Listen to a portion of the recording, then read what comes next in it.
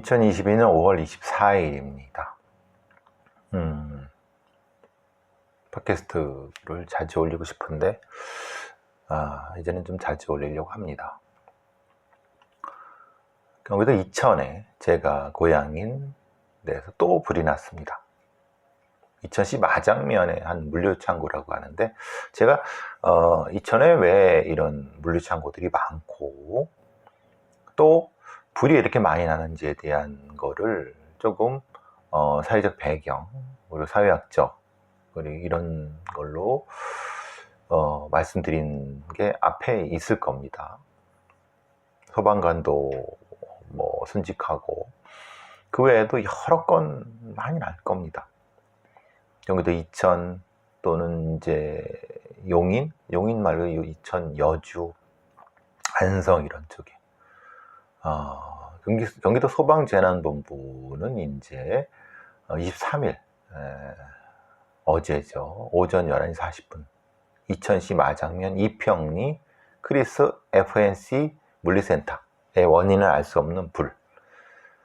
이 지상 4층 건물인데 축구장 2개 규모, 주로 골프오류 300만 점. 다행히도 근무하시던 142명은 전원 대피를 했는데 근무자 1명이 소화기로 진화 중에 1도 화상이라니까 크게 다친 것 같지는 않습니다. 물론 이제 뭐 헬기, 펌프차, 장비 82대, 뭐 소방관 267명이나 해서 5시간 넘게 불을 껐습니다. 이런 경기도 이천이 왜 창고가 많냐는 건 다시 한번 말씀드리지만 서울에서 가깝습니다. 뭐 대충 해봤자 1시간에서 1시간 반 사이고, 강남으로 치면은 1시간 안쪽으로 떨어집니다. 그리고 대신 비교적 땅값이 싸죠. 뭐 분당이나 아니면 뭐 용인 이런 데에 비해서 훨씬 싸죠. 거기에 대비해서 교통이 좋습니다. 뭐 중부 1, 2, 영동, 뭐 그 외에도 여러 교통, 또 전철까지 들어가고, 또 충청도로 내려가는 요지, 아시다시피 예전에는 제2군 지사가 거기 있었죠. 실제로는 저 안성 쪽과 이천에서 2군 지사 지역에서는 이천 지역이 내륙으로는, 예전에 기억나실지 모르겠지만 김윤신 장군이 삼국통일, 그 남천이라고 했습니다. 그때 옛 지명은 남천입니다. 남천을 통해서 신라 쪽, 경상도 쪽에서 한강 유역으로 진출했죠. 이게 교통이 요지입니다.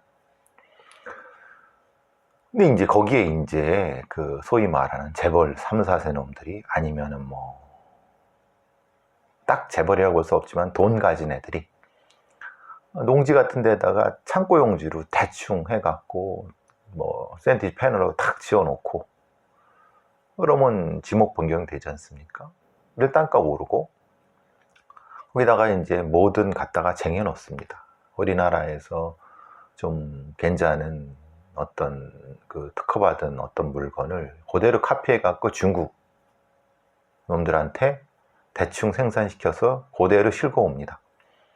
쟁여놓고 거기서 이제 물건 풀고 빼고, 그러면서 우리나라 중소기업 망하게 하고, 그걸 다시 사고 중소기업을 인수하고 자기 그 쌓아놨던 걸 풀고, 별짓 다 합니다. 이게 이제 그렇게, 그러니까 짓기도 대충 짓고 샌드위치 패널로. 그러니까 이게 어떻게 보면 한국 사회의 그 자본주의 구조의 가장 나쁜 점들이 거기 들어가 있는 거라고 볼 수 있습니다. 그래서 이천에서 발생하는 물류창고의 화재라고 하는 것은, 거기에 롯데 뭔가요? 거기에 동양에서 최대의 무슨 아울렛이 있다고 제가 알고 있습니다만, 제가 예전에 그 근처에 살았었잖아요. 집도 있어 거기. 이게 참 알면서도 꽤 많은 그런 얘기를 하죠. 많은 그 언론들이 이천에서 그렇게 불이 많이 나, 물류센터 이렇게 많아, 그리고 거기에 왜 소방관계법들이 엉망이야. 엉망 아닙니다. 그 법대로 했습니다. 그런데도 불이 한 번 나면 재산 피해는 엄청나지만 사실은 재산 피해 문제가 아니죠. 그거는 기본적으로 보험에서 돈 지급해 줄 거고, 그거로 인해서 발생하는 주변의 환경 재난들, 재라든가 이 끓음 같은 게 주변으로 다 퍼져서 농사 망치고 사람들 호흡기 망가지고 이런 것들에 대한 건 생각하지도 않지만은, 그런 건 그냥 가벼이 무시하는데 그게 심각한 문제인데, 문제의 핵심은 제가 말씀드리고자 하는 건 도대체 왜 이런 인천 같은 근처에, 사실 인천만 그렇습니까? 여기 고향 양주, 그러니까 서울 근교에. 근데 이 북쪽이나 동북쪽은 교통이 그렇게 원활하지가 않죠. 그러니까 서울 남쪽에 있는, 분당 남쪽에 있는, 강남 남쪽에 있으면서 거기가 얼마나 돈벌이가 되겠습니까? 거기다가 땅값도 올라, 그래서 돈벌이 뻥튀기도 해. 그리고 물류창고를 해갖고 지들 마음대로 매점 매석도 해. 근데 그거는 대신에 소위 말하는 공무원들한테 뇌물 먹여서 그 규정 피해 나가. 한번 지금 죽게 돼도 지들이 생각하는 소위 말하는 조선족들이나 죽고 노동자들이나 죽지, 자기들은 돈 잃어버리는 것도 아니지 않습니까? 어떻게? 보험으로 다 떼어지고 어차피 이런 것들. 그러니까 이게 지금 이 물류센터의 화제라고 하는 것 속에 녹아있는 한국 사회의 응축된 자본, 아주 약탈적 자본 구조라고 하는 것, 그리고 그것과 연결된 소방법, 소방규정, 그리고 그로 인해 발생하는 재난들, 이런 것들에 대한 접근을 어떤 언론도 하지 않아요. 왜? 당연히 재벌이나 아니면 가진 놈들이 이런 기사를 통제하거나 그럼 데스크 같은 쓰지 못하게 하겠죠. 이 기사가 이 말하는 경향신문 사회면인데, 이 기사도 경기도에서는 최근 1년 사이에 대형 물류창고 화재가 수차례 발생했어요. 소방관들도 돌아가시고 엄청나게 쿠팡 물류센터부터 시작해서 평택시, 다 경기 남부 쪽, 서울 남쪽에 있는. 왜 그럴까? 왜 이렇게 뻔할까? 유독 그런 문제가 있을까? 이런 어떤 근본적인 구조적인 문제에 대한 접근을 안 해요. 우리나라에 쉽게 말하면 아파트 땅값부터 부동산, 이거 연결된 이 심각한 고리를 언론도 방치하고 있고, 가진 놈들은 더더욱 방치하고 있고, 저 같은 흔히 말하는 쩌리만 이런 얘기를 떠들지만 아무도 듣지 않는, 저는 이 꼭지는 꼭 제 누가 진짜 범인인가의 한 꼭지로 꼭 쓸 겁니다. 이거는 반드시, 이것은 제 책의 한 꼭지로서 누가 진짜 범인인가 책에 이천의 물류센터 화재의 구조적인 문제에 대한 건 꼭 씁니다. 그리고 이것은 반드시 대응을 해야 됩니다. 어쨌든 참. 자, 어제 MBC의 뉴스를 보는데 10대 폭주족 경찰차에 부딪혀 중상, 과잉 단속 공방이라고 했습니다. MBC 8시 뉴스까지 메인 뉴스 데스크에 나왔으니까, 제가 또 평소 방송도 같이 했고 존경하는 성재한 경앵커, 한밤중에 오토바이를 타고 질주하던 10대 2명이 단속하던 경찰차에 들이받쳐 중상을 입었습니다. 당시 CCTV가 지금 나와 있는데, 문제는 이제 이 오토바이가 2명이 앞뒤로 탔습니다. 상당히 위험하게, 이제 예를 들면 일종의 고개 질주를 한 건, 물론 이거는 본인들 그리고 본인 부모도 이것을 인정을 하죠. 말하자면은 오토바이가 교통벽구를 15차례나 위반했고 정차 지시를 했지만 듣지 않았고, 그러니까 계속 추격전이 벌어졌던 거예요. 속이 많이 폭주적인 거죠. 그건 뭐 애들이나 애들 부모도 뭐 다 인정하는 바고. 문제는 얘들이 이제 오토바이 타고 막 도망가는 상태에서 유턴을 합니다. 유턴하는 게 이제 횡단보도, 다 신호 무시하는 거죠. 뭐 횡단보도에서 이것도. 근데 그래서 유턴을 해갖고 다시 반대 차선으로 빠져나가려고 할 때 경찰차가, 뒤따라오던 경찰차가 유턴해서 오는 거 보니까 경찰차도 이 중앙선을 넘어갔고 이제 마치 이제 차단시키려고 하는데, 문제는 이제 얘들이 이거 정면으로 다가오다가 그걸 피하는 과정에서 엎어졌죠. 그러니까 상당히 속도가 있고, 뭐 아주 심각한 속도는 아니라도 상당히 속도가 있었기 때문에 목뼈가 부러졌습니다. 그게 뭐 깁스인 거 나오더라고요. 이게 과잉 단속이 맞느냐? MBC의 보도는 과잉 단속인 듯한 뉘앙스로 부모의 인터뷰도 내보내고 본인들 인터뷰도 내보내고 있습니다. 그런데 전치 12주 17살짜리, 근데 뭐 분명히 법을 어기고, 그리고 정지를 무시하고 15번 그러니까 상당히 심각한 폭주죠. 맞습니다. 그런데 경찰이 무리한 추격을 했느냐? 이게 무리한 겁니까? 만약에 폭주족 애 둘이 막 도망가다가 그 사태로 지나가는 보행자를 치거나 아니면 다른 교통사고를 냈을 경우 그 책임 누가 집니까? 폭주족 애들이 지나요? 그러니까 저는 기본적으로 이 폭주족과 폭주족 부모들이 기본적인 상식이 안 됐다. 미안한 마음을 갖고 반성하는 마음을 가져야 된다. 그런데 그 운전자의 아버지가 중범죄자도 아니고 단순 오토바이 탄 거 그렇게 진행했다는 게 이해가 안 가요. 이건 진짜 이 아버지란 사람이 인식이 잘못된 겁니다. 중범죄입니다. 오토바이를 단순히 탄 게 아니에요. 타다 간 게 아니라 신호를 무시하고, 그러니까 말하는 정지역으로 무시하고 신호를 위반하면서 15차례나 위반하면서 도망간 거예요. 그러다가 사람을 치거나 문제는 그것이 위험하다는 생각을 안 하나요? 그러니까 단순히 오토바이를 탔다고 되게 작게 얘기하는 거예요. 이건 그게 아닙니다. 이 운전자의 아버지 인식도 굉장히 잘못된 겁니다. 이러니까 자녀가 폭주족이 이런 부분이란 욕을 먹는 거 아니겠습니까? 그러니까 무리한 추격이 맞느냐? 아니죠. 추격을 한 게 맞죠. 그건 무리한 게 아닙니다. 다만 여기서의 문제는 뭐냐면 중앙선을 넘어갔고 그걸 제지한 게 맞느냐? 경찰차는 그럴 수 있습니다. 그리고 그렇게 돼 있어요. 하라고 돼 있어요.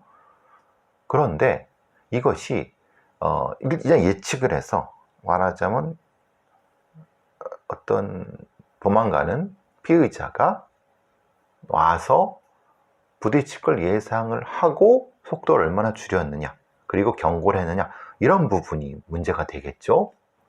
그런데 물론 이 경찰의 업무 지침 매뉴얼에는 이런 걸 할 때도 옆이나 뒤에서 하라, 그러니까 정면에서 하라는 건 아닙니다. 정면에서 했으면은 만약에 이 정면하면 충돌할 수도 있고 문제가 생길 수도 있으니까. 그런데 이게 꼭 무리하냐? 왜냐하면 이거를 경찰이 앞에 가서 친 게 아니라 지들이 유턴해서 와서 거꾸로 유턴해서 가는 거를 앞을 차단했을 경우 이게 옆이나 뒤에서 단속하는 것의 연장선 아니겠습니까? 그죠? 앞에 도망가다가 유턴해서 다시 돌아온 거는 얘들의 잘못이고, 그죠? 이거를 차단하기 위해서 앞을 차단한 것은, 그럼 이 경찰 차도 기다렸다가 돌아왔습니까? 아니면 가서 돌아왔습니까? 그건 말이 안 되지 않습니까? 당연히 여기서 앞을 차단해야죠. 바로 차단했으면 문제가 되는데 한참 속도를 줄일 수 있는 여지가 있는 상태에서 차단했어요. 그럼 이것은 경찰의 잘못이 아니죠. 정당한 집행을 했는데 그것을 와서 들이받았는데 아니면 거기서 비트에다가 지들이 넘어졌는데 이것을 경찰의 잘못이다? 이건 아닙니다. 그리고 장현석이라고 하는 경기대 경찰행정학과 교수가 정면으로 충격을 해서 그 오토를 멈추게 했는데 방법의 자체가 과잉금지 원칙을 위배하지 않았나. 그러니까 경찰이 잘못했다. 과잉금지 원칙을 했다. 근데 이 장현석이라는 이 교수가 얼마나 실무 경험도 있고 아니면 이 CCTV 얼마나 자세히 봤는지 모르겠지만은 이건 이렇게 말하면 안 됩니다. 왜? 다시 말씀드리면 정면으로 충격을 해서 오토바이를 멈추게 한 게 아니라 뒤쫓고 있다가 유턴해서 도로 오는 것을 앞을 차단한 거예요. 그러니까 수동적 차단이죠. 그리고 경찰차도 거기서 속도를 줄였어요. 갔다가 줄이지 않고 받아갔다면요, 이건 큰 일이지만 그래서 기다리고 있었어요. 조금 줄이고 있었어요. 물론 빡 줄일 수는 없죠. 자기들도 다치니까. 오는 거 보고 싹 그럼 거기서 적당하게 속도 줄일 거라고 생각했는데 그걸 피해 나가다가 엎어졌어요. 그러면은 그걸 왜 경찰의 그 추격상의 문제라고 얘기를 하죠? 저는 MBC의 이 보도 자체도 문제가 있고 이 장현석이라는 교수에도 문제가 있고 그리고 이걸 물론 이렇게 그 폭주족이나 폭주의 부모는 자기 자식이 다쳤기 때문에 그렇게 주장할 수 있죠. 그야 뭐 당사자니까. 그런데 이건 명확히 엄격하게 따져봐야 됩니다. 이건 CCTV 자체로 보는 게 아니라 그리고 전문적이지도 않은 장현석이라고 하는 경기대 경찰행정학 교수가 이 사람이 교통사고, 교통경찰 업무를 제대로 해서 그걸 분석할 수 있는 사람입니까? 아니면 예를 들면 그것을 전문적으로 했던 어떤 사람입니까?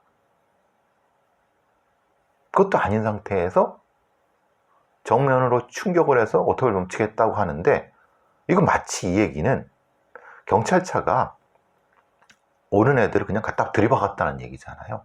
아니 그건 아닙니다. CCTV를 여러 번 돌려봐도 그게 아니라 지들이 와서 다만 경찰차가 유준형선을 넘은 상태에서 확 정지한 상태는 아니에요. 일정 정도 속도가 있었어요. 왜? 속도 줄일 수는 없죠. 왜냐면 적당하게 가다가 이게 어디를 빠져나갈지 모르니까 그걸 그때 쫓아가려고. 이런 어떤 언론 보도와 이게 전문가인지 어떤 뭐 이런 형태의 것은 상당히 사건 자체를 왜곡시킬 수 있습니다. 만약에 이런 어떤 보도를 하려고 하면은 유사한 형태의 사건을 이런 형태의 추적을 했던 사례를 찾아서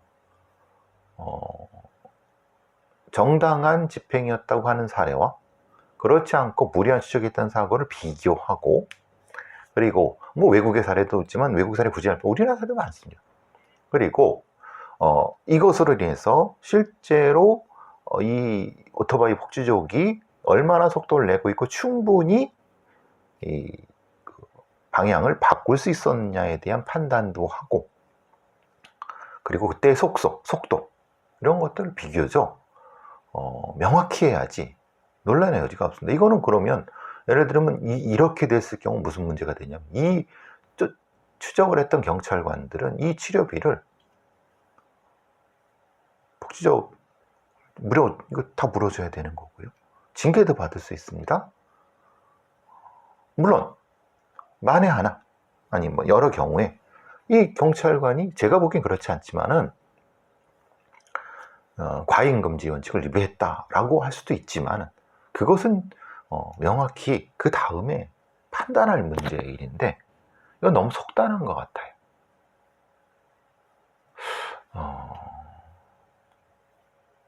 뭐 이거 제가 이런 얘기를 해서 뭐 경찰의 사기 문제 뭐 이런 얘기 그런 것까지는 얘기하기 쉽지 않습니다. 경찰도 잘못했으면 분명히 징계를 받고 뭐 그렇게 해야죠. 근데 지금 이 보는 상황에서도 아니 그건 아닌데 왜 이런 식으로 경기대 무슨 장현석 무슨 경찰 교수라는 사람이 이걸 얘기해? 지가 무슨 전문가라고? 아니 전문가가 아니라 하더라도 이게 합리적이야? 상식적이야? 상식적이지도 않는데? 그리고 유턴인 것도 맞고 CCTV 다 찍혔는데 왜 이런 식으로? 이런 건 아닙니다. 이거는 여러분이 한번 다시 한번 혹시 보실 분 있으면은 뉴스데스크, MBC 뉴스데스크의 10대 폭주적 경찰 체포 대처 중상 과잉 단속 공방입니다. 경찰의 어떤 뭐 여러 가지 행태라든가 잘못된 수사 아니면 뭐 무리한 거 이런 것도 적지 않습니다만은 적어도 이 건에서만은 그건 아닌 것 같아요. 이거는 이렇게 해석하면 안 될 것 같습니다. 이거는 자, 사실 그 엉터리 성착취 엠번방 조주빈이가 또 SNS를 해갖고 뭐 박지원 민주당 뭐 공동선 비대위원장을 비난하고 그것까지는 뭐 얘기하고 싶지 않은데 그런 거죠. 조주빈이 또 자기 SNS를 통해서 자신의 뭐 무죄? 결백함? 무죄는 아니고 결백함? 상당히 잘못된 수사 판결이었다. 결국 그렇게 되면 이제 박지원 불꽃 추적단의 사람들이 사실은 굉장히 자신들의 이익을 위해서 성과를 부풀리겠다. 전형적인 피해자와 제도 탓을 하는 겁니다. 그리고 그런 것을 조주빈이라고 하는 애는 잘 이용하고 있고 조주빈이 처음 이 기자들 앞에서 목 기부싸고 나와서 그 소리 할 때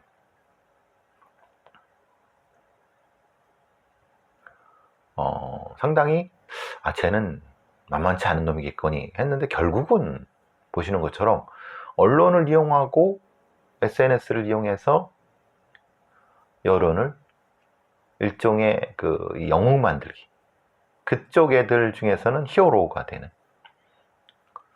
상당히 영악하고 지능적인 인간입니다. 근데 그렇게 된 이유는 기본적으로 이 성착취물 관련된 엠번방 관련된 여러 판결들 지금까지도 판결들이라든가 아니면 수사 관행 재판 관행 속에서 계속 지속적으로 남아있는 가해자 중심주의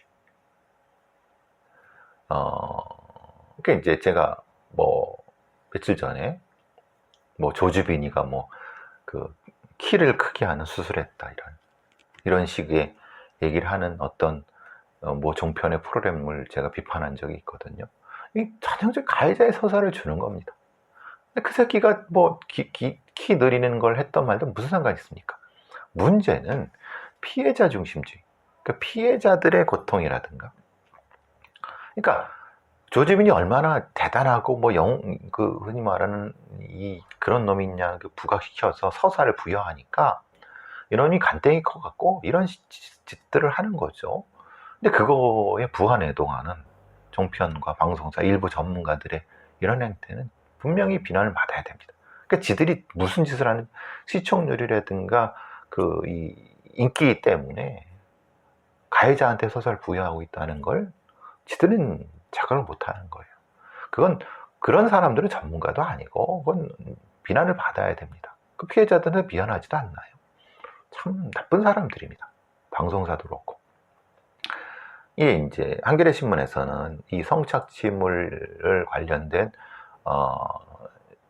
엠번방의 가담자 1심 판결문을 전수 분석해서 보니까 결국은 사법부 판사들의 시각 그리고 수사한 검사 뭐 이런 심각한 문제가 있다 인식에 엠번방 일반 가담자 378명의 1심 판결문 366건을 전수 분석해서 나온 얘기입니다. 실제로 이제 여러 가지보다는 이들을 감형시켰던 판사들의 이 판결문에 나타나는 거죠. 뭐냐면 예를 들면 이런 겁니다. 피고인들이 진지한 반성을 하고 있다. 이게 판사들이 판결한 겁니다. 진지한 반성의 이유가 뭐냐? 성폭력 상담소에 후원금을 낸 내역을 보낸 봉사활동, 재범예방 교육을 받았던 증명서, 이 감형사로 재판을 받아줍니다. 얼마나 반성하고 있는지는 의미가 없습니다. 그냥 그것만 내모템인 겁니다. 그리고 소위 어떤 뭐 상담을 받았다. 감형 패키지죠. 이게 자기들의 그 정보교환 카페에 이미 다 나와 있습니다. 어떤 걸 하고 후원금을 보내고 뭐뭐 하면 감형 패키지. 판사들이 받아준다. 실제로 받아줘요. 그리고 성폭력 상담소에 후원금을 보낸 다음에 선고가 끝난 다음엔 다시 돌려받아요. 이 나쁜 놈들이지 않습니까? 근데 그거를 뻔히 알면서도 판사란 것들은 다 그냥 감형해줘요. 아니 돌려받았으면 감형 안 해줘야 되잖아요. 다시 돌려야 돼. 근데 그것도 못해요. 이게 제도도 이해 못하는 판사라는 것들이 이 판결을 하고 있으니 이따위가 되는 건 당연한 거 아니겠습니까? 그리고 소지 방조했을 뿐 유포하진 않았다. 그럼 소지는 왜 했습니까? 기회가 있으면 유포를 했겠죠? 그리고 다른 범죄를 저지르지 않았다. 가지고 있었기 때문에. 왜 가지고 있었습니까? 별도의 범죄를 저지르지 않았다는 이유로 감형. 절도범이 조용히 물건을 훔쳐가서 쓰지 않았기 때문에 감형. 아니죠. 절도 자체가 범죄죠. 쓰든 안 쓰든. 그리고 공짜로 다운받았기 때문에 감형이다. 그거를 그 가해자들이 소지자들이 받지 않습니까? 얼마나 심각한 범행 의도입니까? 그러니까 이 기본적으로 판사들의 이 그 생각 자체가 심각히 이 결함이 있습니다. 부적절한 감형사, 한 번의 범행, 소지 기간이 짧다. 그리고 여러 개를 하나로 압축해서 두 개인데 하나로 한 건이 압축 파일 한 건이 이게 무슨 개 같은 소리입니까? 즉 범죄 사실 인정과 법 적용은 법기술의 영역이지만 양형 이유는 가치관 영역이 있다라고 이 최민영 기자가 한간에서 얘기하고 있는데 정확히 맞는 말입니다. 즉 우리 형사사법 시스템에서 이런 데이터 성범죄나 성범죄에 대한 인식, 판사들의 인식, 검사들의 인식, 수사관들의 인식, 특히 판사들의 인식은 너무나도 천박하고 너무나도 엉망진창입니다. 그래서 이런 관행적인 어떤 감형이 성폭력 가해자들한테 용기를 주고 그놈들이 더 범죄를 확대할 반성 없는 반성을, 제가 그런 얘기지 않습니까? 얘 판사들이 왜 이러냐? 당연한 거 아니야. 지도 나가서 변호사 되고 이 변호사의 업계의 고리, 그럼 자기도 나중에 돈 벌려면 이렇게 플렉시블하게 판결을 해놔야지. 제 말이 틀린가요? 판사들이 제 말에 반박할 수 있습니까? 이런 처참하고 허접한 판결을 하려고 판사가 됐다고 하면은 참 그냥 밖으로 놓으십시오. 네? 아이고 참 답답한 인간들입니다. 어쨌든 저는 또 일사하러 오늘 녹음을 가는데 갔다 와서 오늘은 조금 멀리 갔다 오겠는데 갔다 와 다시 또 방송을 하도록 하겠습니다. 감사합니다.